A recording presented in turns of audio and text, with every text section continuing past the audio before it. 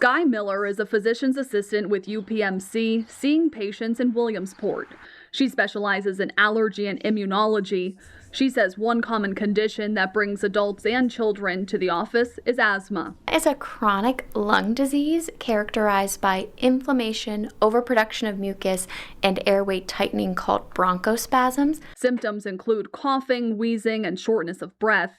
It's diagnosed by going over symptoms and a physical exam. Then a breathing test is done with what's called a spirometry machine. Okay, whenever you're ready. It's a sensor plugged into a computer.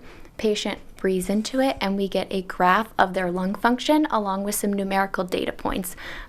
The big one with asthma is something called FEV1, which is the amount of air they can push out of their lungs in 1 second. Miller says if the results are low or not as expected, a breathing treatment is given and the test is repeated for improvements.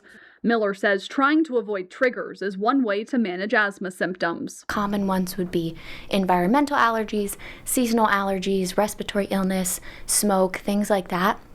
Trying to limit exposure to those would certainly help. Treatment depends on the patient's severity of asthma, which could include different types of inhalers or oral medication.